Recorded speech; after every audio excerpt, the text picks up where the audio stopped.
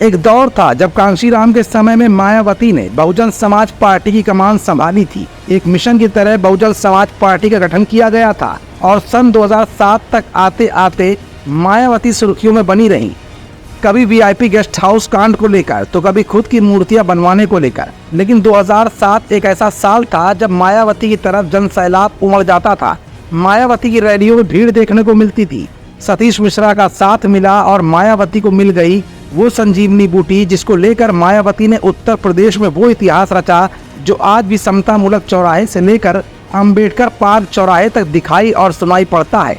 मायावती ने social engineering का formula जब लगाया तो उसमें सबकी भागीदारी दिखाई दी थी और मायावती ने सत्ता के सिंहासन पर बैठकर राजा भैया जैसे नेताओं को पानी तक पिला डाला था, मुलायम को झुका दिया और भाजपा को गठबंधन करने पर मजबूर कर डाला था। लेकिन अब बदलते समय के साथ साथ इस लोकसभा चुनाव 2024 के पहले मायावती का दबदबा कम होता जा रहा था। ऐसे में मायावती ने भतीजे आकाश आनंद को सोशल इंजीनियरिंग के फॉर्मूले के तहत उत्तराधिकारी बनाकर जनता के बीच में एक हीरो के रूप में उतार दिया था। उम्मीद लगाई गई कि अब दलित समाज का भला करने के लिए एक नौजवान मैदान में आ गया है। लेकिन सीतापुर में हुई एक रैली के दौरान आकाश आनंद के बिगड़े बोल ने माया और आकाश की दूरियों को बढ़ा दिया और मायावती ने अपरिपक्व कहकर आकाश आनंद से सभी पावर छीन ली। चुनाव हुआ और मायावती शून्य पर सिमट गई।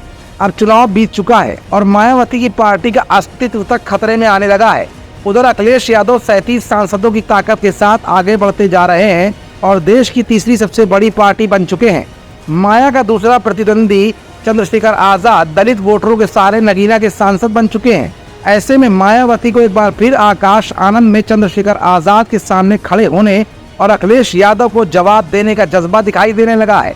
माया एक के बाद एक ट्वीट कर लगातार सुर्खियों में बनी हुई है।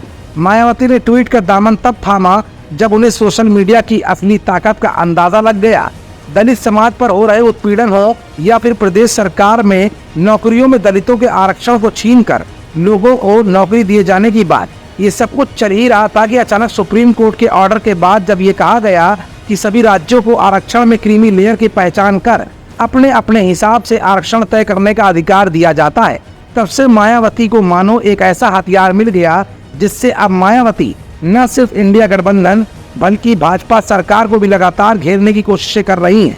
मायावती के ये कुछ ट्वीट हैं जो आपके स्क्रीन पर चल रहे हैं, जो ये साबित कर रहे हैं कि कहीं न कहीं मायावती में अब घबराहट साफ दिख रही है। यही नहीं, मायावती ने आकाश आनंद को दोबारा अवतरित कर आकाश को अब परिपक्व मान लिया है। माया और आकाश मिलकर गैर जाटव दलित को सेट करने के लिए इस समय पूरे देश में एक मुहिम छेड़ चुके हैं और वो मुहिम है ट्वीट की मुहिम। बीते एक महीने में मायावती जनता को जागरूक करने और दलित समाज को जोड़ने के उद्देश्य से सक्रिय भी दिखाई पड़ रही हैं। उनके सभी ट्वीट इस बात की नुमाइंदगी पेश कर रहे हैं कि अब माया सोशल मीडिया के जरिए ही सही कहीं न कहीं सक्रिय तो दिखाई दे रही हैं। सबसे बड़ी बात कि सुप्रीम कोर्ट के ऑर्डर के बाद क्रीमी लेयर के मुद्दे पर अब मायावती न सिर्फ विपक्षी दल इंडिया गठबंधन को घेर रही है बल्कि सत्ताधारी दल योगी और मोदी को भी आईना दिखाने लगी हैं।